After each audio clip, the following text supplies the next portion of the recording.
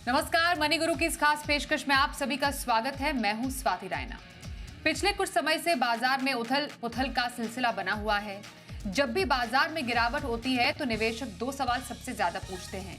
क्या मौजूदा फंड्स को बेच दें और क्या बाजार में गिरावट के दौरान नया निवेश करना चाहिए? तो गिरते बाजार और म्यूचुअल फंड निवेश के कनेक्शन को लेकर आज हम बात करने वाले हैं। तो आप कैसे गिरते बाजार में भी कमाई कर सकते हैं, इस पर रहेगी खास चर्चा। तो क्या बाजार में गिरावट अभी है खरीदारी का मौका? कैसे, ये समझते हैं अपने इस खास शो में। हमारे साथ दो एक्सपर्ट्स हैं। Mutual fund expert Vishwajeet Parashar, Finwise की फाउंडर प्रतिभा गिरीश हमारे साथ हैं। विश्वजीत जी, प्रतिभा, आप दोनों का बहुत स्वागत करते हैं मनी गुरु के आज के इस खास कार्यक्रम में। अब से कुछ समय पहले जब हम बातचीत कर रहे थे तो एक के बाद एक बाजार में रिकॉर्ड बन रहे थे और तब हम समझने की कोशिश कर रहे थे कि आखिरकार कहाँ मौके हैं बाजार में। लेकिन पिछले कुछ लगभग महीने भर की बात है जब बहुत ज़्यादा वॉलेटिलिटी बाजार पर हावी हो गई है और वही निवेशक अब पूछ रहे हैं कि हमें अब ऐसे माहौल में करना क्या चाहिए। सबसे पहले ज़रा समझना ज़रूरी है, प्रतिभा, आपसे शुरुआत अगर करें, अभी हो क्या रहा है ज़रा थोड़ा समझे आपसे। ये जो वॉलेटिलिटी है और जो ये अभी इन्वेस्टर्स के मन में बहुत सारे भाव चल रहे हैं कि इस उथल पुथल में या इस गिरते बाजार में हमें करना क्या है, जरा समझाइए। एक इन्वेस्टर को अभी अपने निवेश को लेकर किस स्ट्रैटेजी के तहत आगे चलना चाहिए? स्वाति, हमारा जो मेमोरी है ना वो बहुत ही शॉर्ट टर्म है। हमें ये याद रहता है कि कल क्या हुआ था, लास्ट मंथ क्या हुआ था, लास्ट ईयर क्या हुआ था। 2-3 साल पहले की बात हम सोचते भी नहीं है। तो हाँ, थोड़ा वॉलेटिलिटी है, लेकिन ये भूल गए कि ये जो मार्केट, जो इक्विटी मार्केट का वो स्वभाव है कि ऊपर-नीचे, उतार-चढ़ाव होगा, तभी जाके आपको रिटर्न बनेगा। ये भी सच बात है कि लास्ट ईयर में हमने कुछ ज़्यादा वॉलेटिलिटी नहीं देखा। हम देख रहे हैं 1-2 साल से कि ऊपर ही जा रहा है और हर बार नया-नया रिकॉर्ड तोड़ रहा है। तो हम भूल ही गए कि वॉलेटिलिटी हो सकता है कि गिरावट भी आ सकती है। तो ऐसे में इट्स क्वाइट नेचुरल कि सब लोग घबरा जाएँ कि इतना सारा डाउनफॉल आ गया, अभी क्या करें? बहुत सारे न्यू इन्वेस्टर्स को भी हमने ऐड किया पिछले 1-2 साल में। उन्होंने कभी मतलब गिरावट ही नहीं देखी है, तो उनके लिए शायद ये एक डिफिकल्ट टाइम हो सकता है, क्योंकि उन्होंने सोचा भी नहीं था कि इतना जल्दी इतना ज़्यादा गिर सकता है। जैसे, लेकिन ये सोचने वाली बात है कि कितना गिरा है। जैसे आप स्क्रीन पे भी दिखा रहे हो, लार्ज कैप गिरा सिर्फ 6.5%। ओके, निफ्टी और सेंसेक्स तो 6 और 7 के बीच में गिरा है, और मिड और स्मॉल कैप अगर आप देखोगे 8 और 9 के बीच में गिरा है। और this is not something to be extremely worried about. इसी कारण, क्योंकि आप वॉलेटिलिटी झेल सकते हैं, इसी कारण आपको रिटर्न्स मिलता है। तो इक्विटी का इन्वेस्टिंग हमेशा, जैसे हम बताते हैं, लॉन्ग टर्म के लिए करना है, और ये वॉलेटिलिटी से दोस्ती कर लेना है कि हाँ, हाँ, ठीक है, गिरेगा लेकिन ऊपर भी आता है। हो सकता है जल्दी आ जाए, हो सकता है लेट आ जाए, but definitely you will get any other asset class से बेहतर returns over longish periods of time. Longish में 3 टू 5 इयर्स की बात करें। बिल्कुल, एब्सोल्युटली। और एक छोटी सी टाइम की गिरावट पर आप अपने जो डिसीजन है इन्वेस्टमेंट के वो बेस नहीं करें, नहीं रखें, ऐसा हमारे एक्सपर्ट्स भी लगातार कहते आ रहे हैं। ये पिछले 1 महीने का परफॉर्मेंस है या 3 महीने का परफॉर्मेंस है। अब आप खुद देखिए ना, 1 साल पहले तक हम इसी टाइम पे ऑलमोस्ट जब 2023 में थे तो स्मॉल कैप और मिड कैप क्या स्काई रॉकेट चल रहे थे, क्या शानदार वहां पर रैली चल रही थी। तो वो एक समय भी है और ये एक समय भी है, तो हर समय एक जैसा नहीं रहता है। डोंट टाइम द मार्केट, जैसा हमारे एक्सपर्ट्स भी लगातार कहते हैं। तो विश्वजीत जी, अभी वेरी पॉइंटेड क्वेश्चन, गिरते बाजार में अभी इन्वेस्टर्स को करना क्या चाहिए, ये जरा समझाइए। एक एसेट एलोकेशन के हिसाब से भी स्ट्रैटेजी क्या रहे? बिल्कुल स्वाति जी, जैसा प्रतिभा जी ने बोला कि जब हम इक्विटी में इन्वेस्ट करते हैं तो नेचुरली हम लॉन्ग टर्म के लिए निवेश कर रहे हैं, और हमें समझना होगा कि इक्विटी मार्केट में उतार चढ़ाव आते हैं। 2 साल से हम देख रहे थे कि मार्केट एक अच्छे हाई पर है, वैल्यूएशंस काफी एक्सपेंसिव हो गए थे। अब सडनली हमने देखा कि फॉरेन पोर्टफोलियो इन्वेस्टर्स बिकवाली कर रहे हैं, तो उसकी वजह से मार्केट में एक गिरावट है। तो क्या इंडिया ग्रोथ स्टोरी अभी इंटैक्ट है? बिल्कुल है। क्या पैनिक का कोई समय है? या बिल्कुल कोई कोई पॉइंट नहीं है कि हमें पैनिक होना चाहिए, क्योंकि इस गिरावट में ही आपके रिटर्न्स आने वाले समय में बनने वाले हैं। तो अगर आपको स्ट्रैटेजी फॉलो करनी है तो अपनी एसआईपी को तो बिल्कुल आपको कंटिन्यू करना है, और मौका लगे तो उसको और बढ़ाना है। और अगर आप नए निवेशक हैं, तो बिल्कुल ये एक अच्छा एंट्री पॉइंट हो सकता है मार्केट में एंटर करने के लिए। कुछ समय पहले स्वाति जी हम ये भी बात करते थे कि कब करेक्शन आएगा ताकि हम एंटर हो सकें या कि हम और पैसा लगा सकें। तो अब ये बिल्कुल वही समय है कि जब करेक्शन है, और पैनिक का कोई समय नहीं है, क्योंकि हमारे देश के फंडामेंटल्स या मैक्रोस बिल्कुल सॉलिड हैं, कोई घबराने वाली बात नहीं है। अगर एफपीआईज बेच रहे हैं तो डोमेस्टिक इन्वेस्टर्स या म्यूचुअल फंड इन्वेस्टर्स बाय कर रहे हैं, तो हमारा बाजार अभी 6% ही गिरा है। और जैसे प्रतिभा जी कह रही थी, हम बहुत जल्दी भूल जाते हैं कोविड में कितनी तगड़ी गिरावट आई थी, और उस 6 महीने के बाद क्या शानदार रिटर्न्स हमें देखने को मिली थी। तो क्या ऐसा नहीं हो सकता? बिल्कुल हो सकता है। कुछ समय के लिए वॉलेटिलिटी अवश्य रह सकती है शॉर्ट टर्म के लिए, बट मुझे लगता है कि आने वाले टाइम में 1 साल 2 साल के बाद आपको एक बहुत अच्छा बाजार देखने को मिलेगा, बहुत अच्छे रिटर्न्स देखने को मिलेंगे, और यही एक अपॉर्चुनिटी है कि आप वेल्थ क्रिएट करना चाहते हैं तो इन्वेस्ट करना चाहिए। लमसम पैसा निवेश ना करें, आप स्टैगर करें, थोड़ा-थोड़ा करें। जब भी जैसे कहते हैं हम बाय ऑन डिप्स, तो जब भी आपको डिप देखने को मिल रहा है, आप बाय करें, थोड़ा-थोड़ा करते रहें। अगर लमसम भी है तो एसटीपी अप्रोच फॉलो करें, सिस्टमैटिकली इन्वेस्ट करें, एक डिसिप्लिन वे में इन्वेस्ट करें, और बिल्कुल निकलने का कोई ज़रूरत नहीं है, एसआईपी स्टॉप करने की कोई चांस ही नहीं है। ये बेस्ट टाइम है कि आप अपना एसआईपी को और बढ़ाएँ। ओके, मैं इनफैक्ट प्रतिभा आपसे इसी बात को आगे बढ़ा रही थी। बहुत सारे जो व्यूअर्स हैं हमसे सवाल पूछते आ रहे हैं कि क्या अभी थोड़ी देर के लिए एसआईपी को पॉज कर दें, अगर निकले भी नहीं तो लेकिन क्या पॉज करना सही रहेगा, क्योंकि इन्वेस्टमेंट से वैसे रिटर्न नहीं है। अच्छा, रोज अपने आप पोर्टफोलियो को खोल कर देख रहे हैं, देखो आज कितना नुकसान हो गया, करना क्या है, मेरा तो फंड कितना नीचे चला गया, एनएवी कितनी डाउन हो गई। तो पॉइंटेड क्वेश्चन यही रहते हैं, क्या एसआईपी रोक दूं? तो जरा बताइए सवाल के जवाब में क्या सही आंसर रह सकता है, और क्या इस टाइम पर क्या इज इट मोर एडवाइजेबल कि इनफैक्ट रोकने से बेटर है कि आप उसमें और पैसे डाल दें? क्या और पैसे डालना सही है अभी? स्वाति, मेरा मानना है कि एसआईपी बना ही इसलिए है कि ऐसे मौकों पे आप घबराएं नहीं, क्योंकि जब भी मार्केट गिरता है और आपका एनएवी कम होता है, तो आप ज्यादा यूनिट्स खरीदते हो, तो मतलब आपका एवरेजिंग हो जाता है। तो लेकिन एक one size fit all answer नहीं दे सकते हैं कि क्या आपको एसआईपी बढ़ाना चाहिए। डेफिनेटली नहीं रोकना चाहिए। एसआईपी को शायद आपको रीबैलेंस करने की जरूरत होगी। जैसे कि हम देख रहे हैं पिछले 6-8 महीने से, जो भी व्यूअर हमारे से क्वेश्चन पूछते हैं या फिर हमारे हमें रीच करते हैं, उनका जो बैलेंस पोर्टफोलियो में बैलेंस नहीं है। काफी सारे ऐसे पोर्टफोलियोज देखने को मिलता है जहां पे थीमेटिक और स्मॉल कैप भरा पड़ा हुआ है। It may be a good idea वैसे कस्टमर्स के लिए, वैसे इन्वेस्टर्स के लिए, कि वो देखें अपना पोर्टफोलियो को कैसे बैलेंस करना है। अगर आपने दूसरी टाइप का हो, आपने अभी अभी इन्वेस्टिंग शुरू किया, आपने देखा सब पैसा बना रहे हैं और आपने अभी इन्वेस्टिंग शुरू किया और मार्केट गिरने लगी, तो आप घबराइए नहीं। ये तो मार्केट का एक बिहेवियर है। आप अगर आपका पोर्टफोलियो बैलेंस्ड है तो don't have to do anything.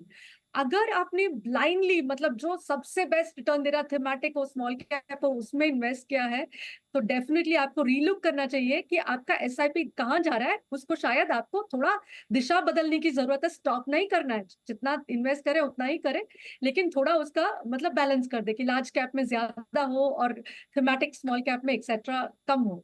लेकिन अगर आप ये एसेट एलोकेशन बहुत अच्छा किया है, खूब किया आपने, 60% आपका लार्ज कैप है, आप जानते भी हैं कि कैसे फंड्स को सिलेक्ट करना, तो आराम कीजिए। इसी बात पे तो आपको एक्स्ट्रा रिटर्न मिलता है, क्योंकि उतार चढ़ाव है। तो डिफरेंट कस्टमर्स डिफरेंट विकल्प है, और ऐसा जरूरी नहीं कि हर बार गिरता है तो आपको इंक्रीज करना। डेफिनेटली आपको स्टेप अप तो करना ही है, लेकिन आप देखिए आप कहाँ पे है और उस हिसाब से आप एक्शन लीजिए अपने पोर्टफोलियो पे। ओके, विश्वजीत जी, आपने अब से अभी कुछ देर पहले बोला कि सही स्ट्रैटेजी रहेगी कि आप एसटीपी कीजिए, एक स्टैगर्ड वे में आप बाजार में पैसे डालिए, मतलब सिस्टमैटिक ट्रांसफर प्लान। तो अभी जो बाजार में हम उथल पुथल देख रहे हैं कि कुछ समय पहले तक तो बाजार रिकवर कर गए थे, अच्छी रैली थी, अब अचानक से मुनाफा वसूली बाजार पर हावी हो गई। ये एसटीपी की स्ट्रैटेजी ऐसे टाइम पर कैसे काम करेगी? देखिए स्वाति जी, जब भी अगर अगर आपके पास छोटी रकम है तो ऑब्वियसली आप एसआईपी से इन्वेस्ट करेंगे। ये सारी जो म्यूचुअल फंड के फीचर्स हैं, ये कोशिश करते हैं कि डिसिप्लिन आपकी इन्वेस्टिंग में आए, सिस्टमैटिकली आप निवेश करें। अगर आपके पास लमसम पैसा है, तो क्या बाजार में एक साथ निवेश कर दें? तो वो हो सकता है आप टाइमिंग करने की कोशिश कर रहे हैं बाजार को, तो उसमें आप हो सकता है आप गलत हो जाएं।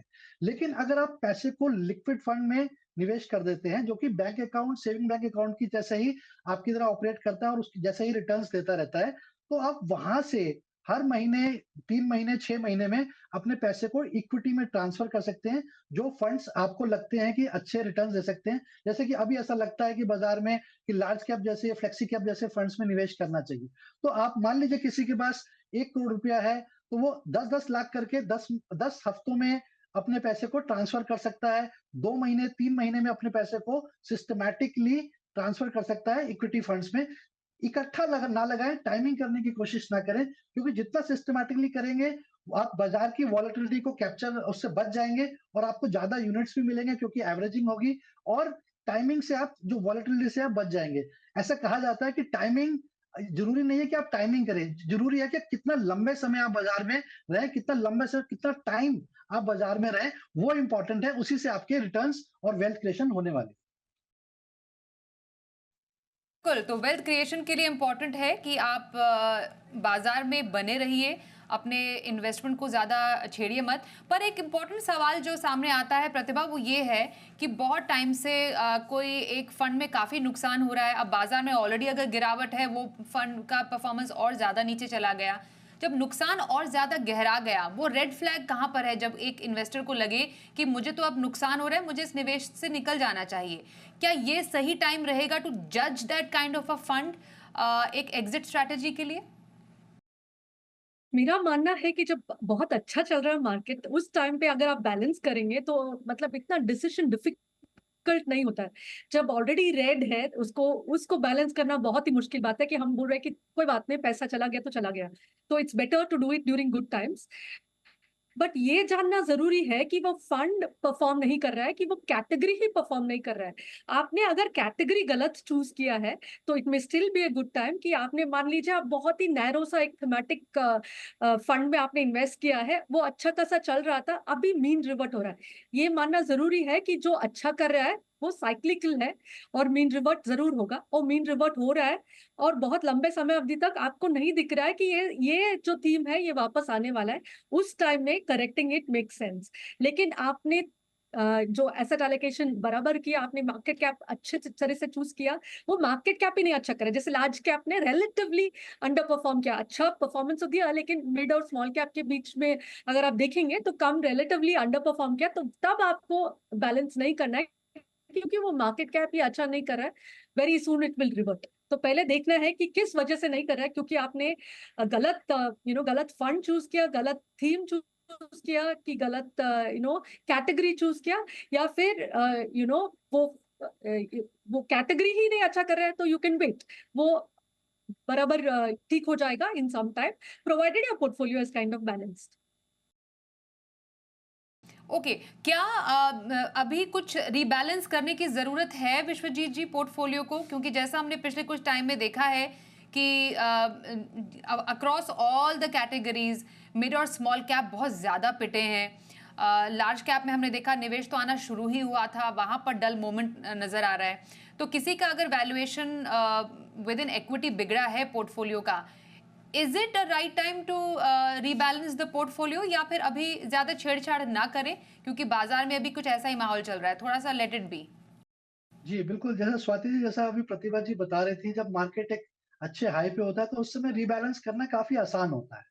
और काफ़ी निवेशकों ने 2 साल में देखा होगा कि मिड कैप, स्मॉल कैप में बहुत अच्छे रिटर्न्स हैं, तो मिड कैप, स्मॉल कैप्स में ओवर वैल्यूड हो गए हैं, तो इसलिए वहाँ पे आपके पैसा ज़्यादा लगा हुआ है। तो एसेट एलोकेशन एकमात्र ऐसा अप्रोच है अक्रॉस एसेट क्लासेस भी, जहाँ पे आपके पोर्टफोलियो का सक्सेस ऑलमोस्ट 91% डिपेंड करता है। तो अगर आप लार्ज कैप में कम निवेशित हैं, तो बिल्कुल आपको लार्ज कैप में और इंक्रीज़ करना चाहिए, क्योंकि लार्ज कैप से आपको पोर्टफोलियो में स्टेबिलिटी आने वाली है। लेकिन अगर आपको एग्ज़िट की सोच रहे हैं, जैसा अभी प्रतिभा जी भी बता रही थी, तो मेरे हिसाब से अभी आपको थोड़ा-सा टाइम देना चाहिए, क्योंकि ये साइकिल है, ये टाइमिंग है मार्केट का, जहाँ पे आपके रिटर्न्स कम हो रहे हैं और आपका प्रॉफिट भी थोड़ा कम हो रहा है।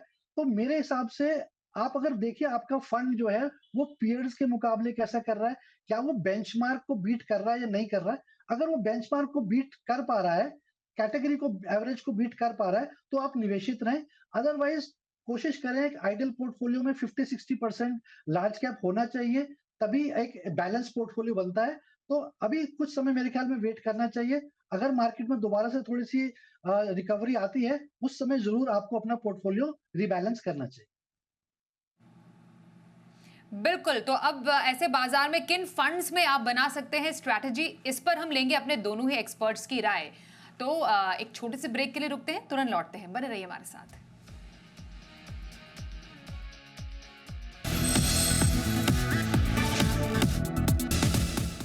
तो बाजार में गिरावट, क्या अभी है सही मौका पैसा लगाने का? किन फंड्स पर बाजार की गिरावट का कम असर पड़ सकता है? पोर्टफोलियो में कैसे फंड शामिल करें या एग्जिस्टिंग फंड्स में और क्या निवेश करें? अभी इसी पर खास चर्चा चल रही है। प्रतिभा गिरीश और विश्वजीत पराशर हमारे साथ हैं। प्रतिभा, जरा बताइए कि अभी एट दिस मोमेंट जो निवेशक हमें देख रहे हैं, उनके लिए अभी पोर्टफोलियो में कैसे फंड्स, कौन सी कैटेगरी के फंड शामिल करना या फिर एग्जिस्टिंग अगर ऑलरेडी उनके पास इस तरीके के फंड्स हैं, उसे बनाए रखना सही है? In just a minute Swati, मैं सिर्फ एक बात बताना चाहती हूँ कि मार्केट में अगर आप 44 इयर्स का हिस्ट्री देखेंगे तो 44 इयर्स में हर साल एटलीस्ट 10% का गिरावट तो आता है। 44 में सिर्फ 4 साल ऐसे हैं जहां पे 10% का गिरावट नहीं आया है। तो ये घबराने वाली बात बिल्कुल नहीं है। तो कुछ ज्यादा इसमें मतलब आपको टेंशन नहीं लेना है। जहां तक आपका पोर्टफोलियो का सवाल है, आज के तारीख में लार्ज और फ्लेक्सी कैप में भी इन्वेस्ट करेंगे तो लार्ज कैप का लार्ज पोर्टफोलियो रहता है। वो फंड्स में अगर आपका बहुत कम, लार्ज कैप में बहुत कम है, तो आप इक्विटी में जब इन्वेस्ट कर रहे हैं तो लार्ज और फ्लेक्सी कैप चूज कीजिए। अपनी पोर्टफोलियो का बैलेंस चेक कीजिए। जब आप इन्वेस्ट कर रहे हैं तो स्टैगर कीजिए, क्योंकि हमें we don't want to catch a falling knife. तो हमें नहीं पता कि कितना और गिर सकता है, ये तो हाइंडसाइट में नहीं पता चलता है। तो आप स्टैगर्ड वे में इन्वेस्ट कीजिए। बहुत ज्यादा गिरावट हो गई 25-30%, that is a time to increase. 10% तो रोज की बात है। और जहां तक आपका शॉर्ट टर्म गोल्स है, debt is in a very very good space. अगर आपका बहुत शॉर्ट टर्म है तो कॉर्पोरेट बॉन्ड फंड में इन्वेस्ट कर सकते हैं। अगर आपके पास 15 या 18 महीने का है तो गिल्ट फंड जैसे फंड्स में भी आप इन्वेस्ट कर सकते हैं और इसमें अच्छा आपको safe kind of returns, double digit returns मिलने का चांसेस बहुत अच्छा है। फिर भी आपको लगता है कि हो सकता है in the next 1 or 2 years in return ज्यादा नहीं बन रहा है, तो I think hybrid is a very good category, specially अगर आप न्यू इन्वेस्टर है तो बैफ और मल्टी एसेट जैसे फंड्स में इन्वेस्ट करें। शॉर्ट टर्म के लिए डेट, कॉर्पोरेट डेट और गिल्ट फंड्स, और लॉन्ग टर्म में ज्यादा large cap and rebalance your portfolios. Okay, और इनमें इन कैटेगरी से कौन से फंड हो सकते हैं, if you may just suggest few? वाइज balance advantage fund, Bandhan corporate bond fund, ICICI Prudential का कॉर्पोरेट बॉन्ड फंड, और यही दो फंड हाउस का गिल्ट फंड्स भी आप इन्वेस्ट कर सकते हैं। और फ्लेक्सी कैप में तो पराग पारिक फ्लेक्सी कैप में आप इन्वेस्ट कर सकते हैं। लार्ज और मिड कैप में मेरे लार्ज एंड मिड कैप में इन्वेस्ट कर सकते हैं। ओके, विश्वजीत जी, अभी आपकी नज़र पे कौन से ऐसी कैटेगरीज है, फंड्स हैं जो कि बाजार के लिए थोड़ा स्टेबिलिटी दे सकती हैं, या ऑलरेडी जिसके पोर्टफोलियो में है तो वो थोड़ा सा अपने आप को एट ईज समझ सकते हैं? जी, बिल्कुल स्वाति जी, देखिए अगर थोड़ा-सा रिस्क उठा सकते हैं तो और प्योर इक्विटी में निवेश करना चाहते हैं, तो मुझे ऐसा लगता है कि लार्ज कैप में अभी वैल्यूएशंस फेयरली वैल्यूड हैं, अट्रैक्टिव हैं, तो यहाँ पे आप निवेश कर सकते हैं। जिसमें कि आईसीआईसीआई प्रूडेंशियल ब्लू चिप या फिर Nippon India large cap fund और फ्लेक्सी कैप फंड भी काफ़ी हद तक लार्ज कैप की तरह ही बिहेव करते हैं। लेकिन यहाँ पे फंड मैनेजर के पास एक फ्रीडम है कि वो मिड कैप, स्मॉल कैप के भी कुछ अच्छे स्टॉक्स को उठा सकते हैं। तो फ्लेक्सी कैप भी एक अच्छी कैटेगरी है जहाँ पे इस समय आप निवेश कर सकते हैं। और पराग पारिक फ्लेक्सी कैप या एचडीएफसी फ्लेक्सी कैप जैसे फंड्स में निवेश कर सकते हैं। और अगर आप बिल्कुल कंजर्वेटिव इन्वेस्टर हैं तो हाइब्रिड मेरे ख्याल में बेस्ट अप्रोच है। बैलेंस एडवांटेज फंड, यहाँ पे भी बहुत अच्छी रिटर्न्स देखने को मिलती है और रिस्क थोड़ा सा कम हो जाता है। तो रिस्क एडजस्टेड रिटर्न्स के लिए आप बैफ चूज कर सकते हैं, क्योंकि इसको डायनेमिक एसेट एलोकेशन फंड्स भी कहते हैं। तो आपको डेट और इक्विटी का एक कॉम्बिनेशन मिल जाता है। तो अगर इक्विटी मार्केट में फॉल भी होता है तो डेट आपको एक स्टेबिलिटी देता है। तो एचडीएफसी बैलेंस एडवांटेज फंड या फिर आईसीआईसीआई बैलेंस एडवांटेज फंड को चूज कर सकते हैं। और मल्टी एसेट फंड कैटेगरी जो है बहुत ही एवरग्रीन कैटेगरी है। यहाँ पे आपको 3-4 एसेट क्लासेस का एक्सपोजर मिलता है, जिसमें मिनिमम 10% 3 कैटेगरीज में फंड मैनेजर को निवेश करना ही होता है। तो गोल्ड, डेट, इक्विटी या इंटरनेशनल इक्विटीज या सिल्वर में भी निवेश करते हैं। तो ये नॉन कॉरिलेशन होते हैं एक दूसरे के साथ। तो अगर कोई एक कैटेगरी फॉल भी होती है तो बाकी 2-3 कैटेगरीज उसको प्रोटेक्ट कर लेती है। तो ये बहुत ही कंजर्वेटिव अप्रोच है और आप रिटर्न्स देखें तो काफी अच्छे हैं, ऑलमोस्ट इक्विटी मार्केट के ही रिटर्न्स हैं। तो मेरे ख्याल में ये 3-4 कैटेगरीज को कंसिडर किया जाता है, कर सकते हैं। और कोशिश करें कि जब भी निवेश करें तो जैसा प्रतिभा जी भी बोल रही थी कि लमसम ना करें, स्टैगर करके करें, थोड़ा-थोड़ा करें, जब भी डिप आता है उस पे करें और obviously last but not the least मेरे हिसाब से दिवाली सेल चल रही है, म्यूचुअल फंड्स में भी स्टॉक मार्केट में भी सेल है, तो आप डिस्काउंट पे आपको ये अच्छे स्टॉक्स मिल रहे हैं, अच्छे म्यूचुअल फंड्स में आप स्टार्ट करते हैं, तो आपके अच्छे रिटर्न्स बन सकते हैं आने वाले समय में और कहीं से कहीं तक लॉन्ग टर्म पर्सपेक्टिव इंडिया का बहुत अच्छा है, वेल्थ क्रिएशन करने के लिए ये बहुत अच्छी अपॉर्च्युनिटी है। ओके, तो आप इसको इस तरीके से समझिए कि अभी बाजार अगर थोड़ा वीक है, बाजार में ज़्यादा दम नहीं है, तो ऑलरेडी आपके पास कम दाम में और यूनिट्स खरीदने का मौका है। जैसा बताया विश्वजीत जी ने भी कि कैसे आप दिवाली के टाइम पर एक तरीके से सेल पर भी, if we may use the right word, आप खरीदारी कर सकते हैं म्यूचुअल फंड यूनिट्स की। किसी के पास पैसिव फंड्स अगर अभी प्रतिभा हो, क्योंकि हम देख रहे हैं कि पैसिव स्पेस काफ़ी ज़्यादा पिछले कुछ टाइम से बढ़ा है। पैसिव फंड्स कैसे हैं इस टाइम के लिए अभी, क्योंकि आप दोनों ने हमने देखा एक्टिव फंड्स ही ज़्यादा चूज किए हैं, but what about passive strategy? या पैसिव स्ट्रैटेजी का बहुत सारा बज़ है आज की तारीख में, किसको पूछो वो मोमेंटम, लो वॉलेटिलिटी, स्मार्ट बीटा फंड्स की बात करते हैं। तो it does not matter, I think the strategy remains the same. अगर आपने पैसिव में भी कैटेगरी एलोकेशन आपने करेक्टली चूज़ किया है, आपकी टाइम होराइज़न के हिसाब से, और ये भी कि आपका अगर लार्ज कैप ज़्यादा मात्रा में है, तो आपका स्टेबल रहता है, तो सेम स्ट्रैटेजी अप्लाइज कि yes it's only it's less than 10% correction अभी तक जो हुआ है, तो उसमें आपको कुछ करना नहीं है। लेकिन अगर आपने मतलब flavour of the season choose किया है, तो then it is cost for concern. Otherwise whether it's active और पैसिव, अगर आपका एलोकेशन ठीक है, अगर आपका लार्ज कैप का एलोकेशन ठीक है, तो I don't think you should worry about it and you should just look at it as just another year. जो एक साल में नहीं हुआ था तो हम भूल गए थे, लेकिन वापस याद दिला रहा मार्केट कि मैं वॉलेटाइल हूँ। तो बिल्कुल, तो basically strategy remains the same कि अभी आपको क्या ध्यान में रखने की ज़रूरत है आने वाले कुछ और टाइम, क्योंकि यूजुअली इस टाइम पर हम अभी जब न्यू ईयर के टाइम पर भी थोड़ा सा बाजार सुस्त होता हुआ देखते हैं। तो अभी टिल नेक्स्ट फाइनेंशियल ईयर समझे या अगले 6-7 महीने में अगर स्ट्रैटेजी समझे विश्वजीत जी, क्योंकि डेफिनेटली डेट मार्केट में भी काफ़ी ज़्यादा प्रॉमिसिंग हमें आने वाले टाइम में कुछ अपॉर्चुनिटीज़ दिखने वाली है। गोल्ड तो हम ऑल टाइम हाई पर देख ही रहे हैं, तो एक ओवरऑल पोर्टफोलियो जो मैनेजमेंट है इस टाइम पे, हम क्यों इक्विटी खाली क्यों देख रहे हैं, हम डेट में अपॉर्चुनिटीज देखें, हम गोल्ड थ्रू गोल्ड फंड्स या ईटीएफ्स पर देखें। तो अगर ओवरऑल अगर एक पोर्टफोलियो अपॉर्चुनिटीज पे देखें तो कहाँ पर इसको बैलेंस आउट किया जा सकता है? बिल्कुल स्वाति जी, हम हमेशा अक्सर कहते हैं कि फॉर एग्जाम्पल आपके पास 100 रुपए हैं और आपको एसेट एलोकेशन करना चाहिए, क्योंकि asset allocation is the only strategy जिसमें आपके पोर्टफोलियो का 91% सक्सेस डिपेंड करता है, किसी स्कीम या फंड पे नहीं करता है। तो अगर आपके पास 100 रुपए हैं, तो हम हमेशा कहते हैं 10 रुपए आपके पास गोल्ड में होने चाहिए। तो गोल्ड ऑलरेडी एक अच्छा हेज देता है आपके पोर्टफोलियो को, और जब मार्केट गिर रही होती है तो गोल्ड आपके परफॉर्मेंस को इम्प्रूव कर सकता है। 10 रुपए गोल्ड में चले गए और कहते हैं 100 माइनस योर एज, आप इक्विटी में निवेश करिए। मान लीजिए आप 50 इयर्स के हैं तो 50 रुपए आप इक्विटी में निवेश कर सकते हैं, 10 रुपए गोल्ड में, और बचे 40 रुपए आपको डेट में निवेश करने चाहिए। तो तीनों एसेट क्लासेस में आपको निवेश करना चाहिए। और डेट में जैसा कि फेड ने अभी इंटरेस्ट रेट गिरे हैं, तो हो सकता है आने वाले टाइम में आरबीआई जो इंडिया का सेंट्रल बैंक है, वो भी इंटरेस्ट रेट गिरेगा। अगर इंटरेस्ट रेट गिरते हैं तो guild funds, long duration funds और कैपिटल बॉन्ड फंड्स, ये सब थोड़े अट्रैक्टिव हो जाते हैं। तो यहाँ पे अगर आपने सारा पैसा इक्विटी में लगा रखा था, तो आप अपना डेट में भी अपना एलोकेशन अकॉर्डिंगली करें, ताकि ये अगर ये एसेट एलोकेशन आपका ठीक रहेगा, जब मार्केट चढ़ती है तब भी आप एसेट एलोकेशन चेक करें। अगर 50 रुपए 60 रुपए हो गए हैं, तो 10 रुपए निकाल के डेट में ले आए। और अब अगर आपको लग रहा है कि अब इक्विटी में एलोकेशन कम हो गया है, तो डेट से आप इक्विटी में ला सकते हैं। तो ये एसेट एलोकेशन का जो फॉर्मूला किसी ने समझ लिया, तो वो 100% सक्सेसफुल फॉर्मूला है, ये लॉन्ग लास्टिंग फॉर्मूला है। मेरे ख्याल में आपको सब जगह डाइवर्सिफाई करना चाहिए, किसी एक एसेट क्लास में पूरा पैसा नहीं निवेश करना चाहिए। कहते भी हैं don't put all your eggs in one basket. तो मेरे हिसाब से तीनों एसेट क्लासेस में आप डाइवर्सिफाई करें। डाइवर्सिफिकेशन इज द मंत्रा, और डिफरेंट एसेट क्लासेस में करें, और विद इन इक्विटी में भी large cap, mid cap, small cap में डाइवर्सिफाई रखें, ताकि जब भी ऐसा मार्केट फॉल आएगा तो आपका पोर्टफोलियो पूरी तरह से गिरेगा नहीं, और उसको बचाने के लिए दूसरी एसेट क्लासेस हमेशा साथ रहेंगी।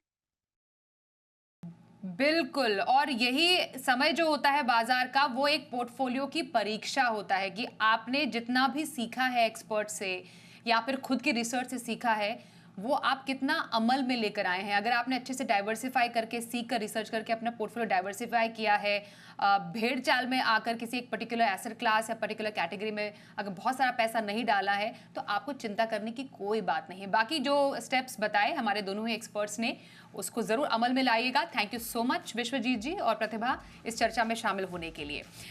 इस कार्यक्रम में बस इतना ही, वक्त एक ब्रेक का हो गया है। देखते रहिए जी बिजनेस।